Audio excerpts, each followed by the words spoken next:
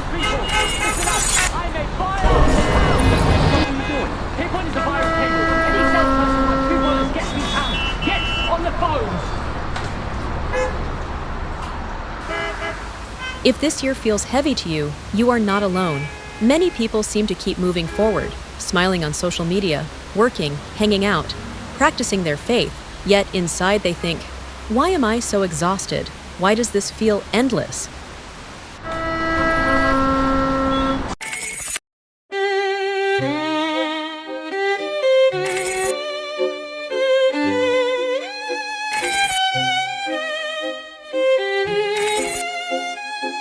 In this episode of Dharma Friday Incognito, we are not just saying, hang in there. We will look at this from a Buddhist perspective.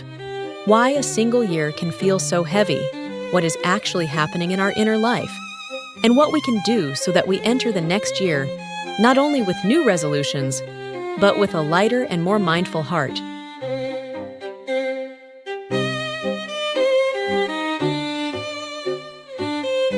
To be honest, perhaps this year you lost someone, were betrayed, or felt abandoned. Maybe your finances went up and down like a roller coaster, family drama piled up, or you simply felt empty. You cannot clearly point to what went wrong, yet your heart feels heavy. Deep down, you know there is something you do not yet understand. This is not just physical exhaustion. There is an unseen mental burden. The Buddha did not come to say, just accept your fate. Instead, he offered a map. This is why life can feel suffocating, why one year can feel heavier than others, and how we can walk through it all without falling apart.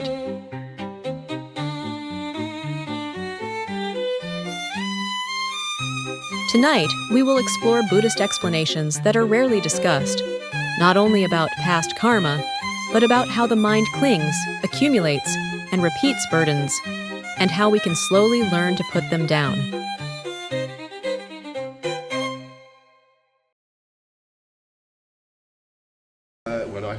I kept the Mercedes. I had a weekend.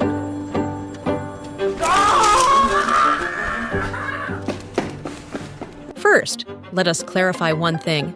Often, what feels heavy is not only the event itself, but the way we carry it. Two people can experience almost the same situation. Both suffer major losses. Both are broken up with. Both fall ill. One completely collapses and loses direction. The other is still sad, but gradually recovers and learns something from it. What is the difference? Not fate. The difference lies in how the event is understood and held in the mind. In Buddhism, there is an important term, upādāna, clinging, the way we grasp. The event itself is like a stone. Upādāna is the act of tying that stone around our own neck. If this year feels heavy, it may be because the burden is indeed large, and also because we are gripping it very tightly.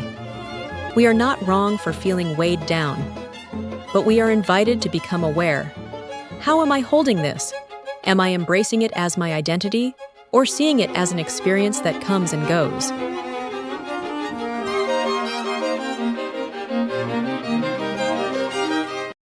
The Buddha taught about 3 mental poisons: lobha, dosa, moha, greed or blind craving, hatred or aversion, and ignorance or delusion. Looking back, this year may feel heavy because these 3 poisons have been active without our awareness. Lobha. We constantly chase validation. We want to be seen as successful, to look happy, to live an aesthetic life. We scroll through social media, constantly comparing. Every day feels like a competition, and we always feel left behind. Dosa. We store anger, disappointment, envy, and resentment. We do not process them. We suppress them. Outwardly, we smile, but inwardly we repeat sentences like, they should not have done that, or my life should not be like this. Moha. We live on autopilot. We never truly stop to ask, what am I actually doing? Is what I am chasing truly making me happy, or just making me tired and afraid of losing to others? These 3 poisons slowly drain our energy, not because God is punishing us, but because our own mind consumes poison every day, little by little, without realizing it. No wonder this year feels heavy. We are not only carrying external burdens, we are also ingesting internal poison in small daily doses.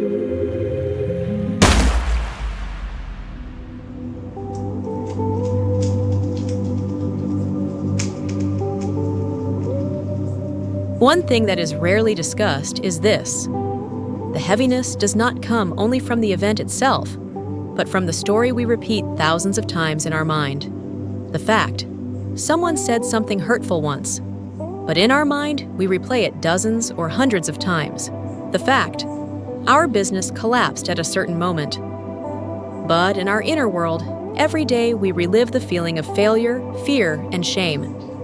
In the Dhamma, this is like adding layers of dukkha. There is the first dukkha, the pain of the event. And there is the second dukkha, the pain created by how we repeat and interpret that event. It is like being struck by one arrow, then picking up many more arrows and stabbing ourselves again and again. If this year feels heavy, try being honest with yourself for a moment. How much of it is pure fact, and how much is additional drama created in the mind? This is not about blaming yourself, but about seeing clearly. There is room here to lighten the burden. The facts may not change, but how I repeat and interpret them can be trained.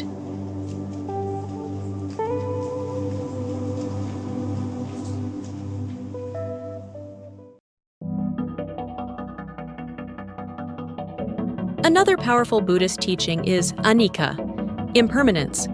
The problem is that when we are immersed in hardship, the mind tends to say, "My life will always be like this," or "I will never get out of this phase."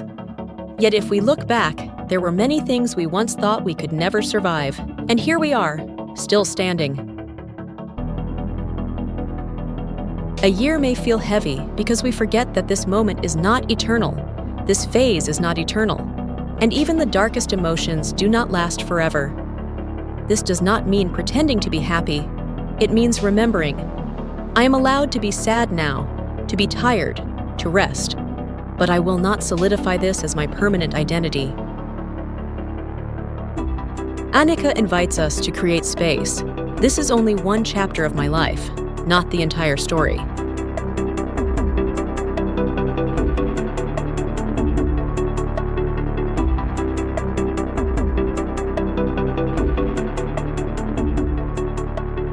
When life feels heavy, we often say, well, maybe this is my bad karma.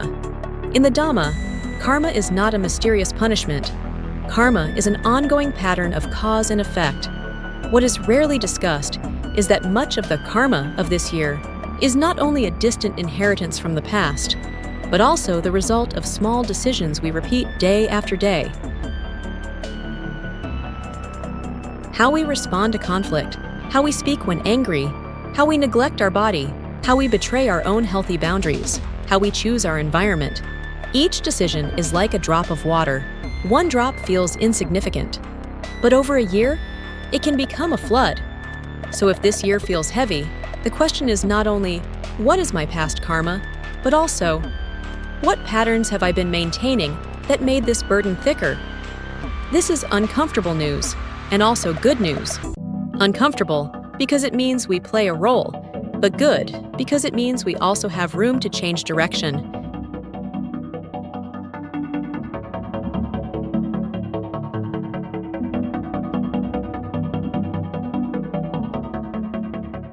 There is another factor we often forget. We do not live in a vacuum. We live in an extremely noisy world. From the moment we wake up until we sleep, we are bombarded with notifications, bad news, public drama, and unrealistic standards of success. The human brain is designed to be alert to danger. Every piece of news about war, crisis, disaster, or conflict, no matter how far away, adds a small layer of anxiety. Add to that the subtle pressure of social media, people showcasing achievements, happiness, harmonious relationships, and ideal lives. Without realizing it, we absorb the message, I am not enough, I am behind, something is wrong with my life.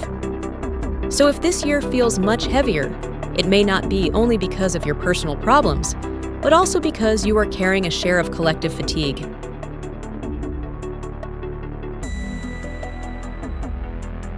Here, Buddhist practice invites us to choose wisely what we allow into our mind, not by closing our eyes to the world, but by limiting unnecessary poison and increasing healthy nourishment.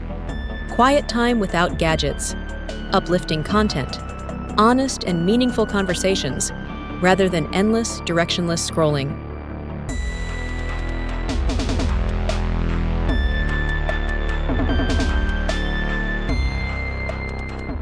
Looking back over the past year, you may notice another pattern. Trying to hold too many things at once.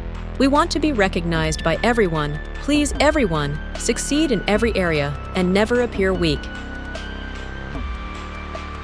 Yet our mental and physical capacity is limited.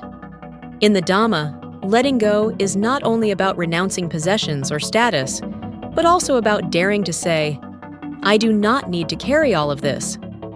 I do not need to force myself to be perfect in everyone's eyes.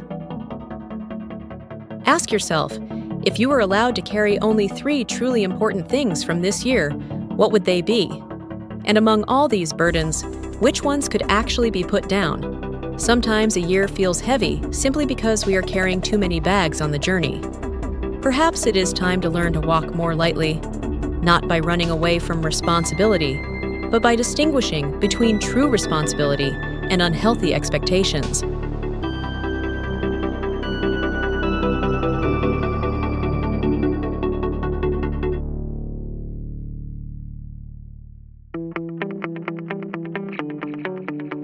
So if this year feels heavy, it is not proof that you are weak or that your life has failed.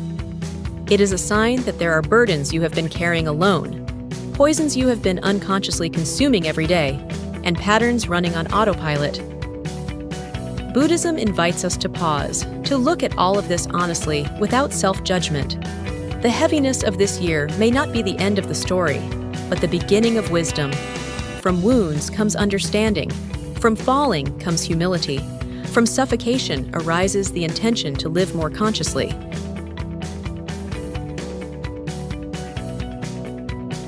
If this reflection resonates with you, do not let it stop at being mere content. Choose one small thing to change, starting today. How you speak to yourself, how you respond to problems, or how you give space to your feelings. And if you know someone who is also carrying a heavy year, share this video with them. It may not be an instant solution, but it could be a small door that helps them feel a little less alone. This is Dharma Friday Incognito by the Young Buddhist Association, a safe space to talk about wounds, exhaustion, and hope, guided by the light of the Dhamma. See you in the next episode. May this heavy year become fertile ground for the growth of wisdom in each of our hearts.